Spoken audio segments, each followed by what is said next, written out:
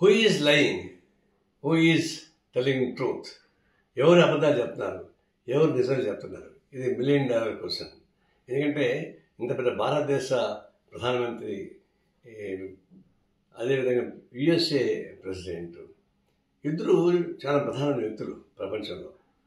అట్లాంటి అది దేశాధినేతలు ఒకవైపు మోడీ, నాకు పాకిస్తాన్ వాళ్ళు ఫోన్ చేసి యుద్ధం ఆపమని రిక్వెస్ట్ చేస్తే నేను ఆపాను, మూడో వ్యక్తి యొక్క ప్రమేయం లేదని చెప్పేసి అని స్పష్టంగా చెప్పాడు.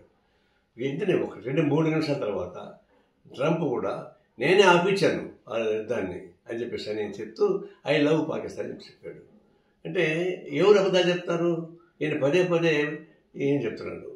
పహల్గాం తర్వాత దాదాపుగా 3 రోజుల పాటు ఒక 9 స్థావరాల మీద దాడి చేసేమాట వాస్తవం టెర్రరిస్ట్ పైన. అదే ఊపు కంటిన్యూ చేసుకొని పీఓకే కూడా ఆక్రమించుకుంటారు అనుకున్నాం. కానీ ట్రంప్ ఆదేశించాడు, స్టాప్ ది వార్, లేకపోతే మీకు ఎకనామిక్ బ్లాకెట్ చేస్తారని చెప్పని ఆదేశించాడు ఓపెన్గానే. దాంతో ఆగిపోయింది.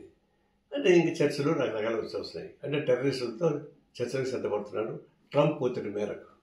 ఇప్పుడు దేశాన్ని ఇబ్బంది పెట్టడానికి కానీ, లేదంటే ప్రధానమంత్రి అబద్ధాలు చెప్తాడా అని చెప్పేసి నేను సంశయం నెట్టబడతా ఉంది. ఇది చాలా విచారకరం. దీని మీద స్పష్టమైన అవగాహన రావాలంటే ఆయన పార్లమెంటు ప్రారంభించి పార్లమెంట్లో నిజాలు చెప్తే బాగుంటుంది. బయట ఏం చెప్పినా లాభంలే. తక్షణం పార్లమెంటు సమావేశపరిచి దీని మీద స్పష్ట అవగాహన రావాలి. టెర్రరిస్ట్ పై సరైన అవగాహన రావాలి. అంతేగాని ఇలాంటి అబద్ధాలు చెప్తూ భారత ప్రజానీకాన్ని నమ్మించడం మంచిది కాదు.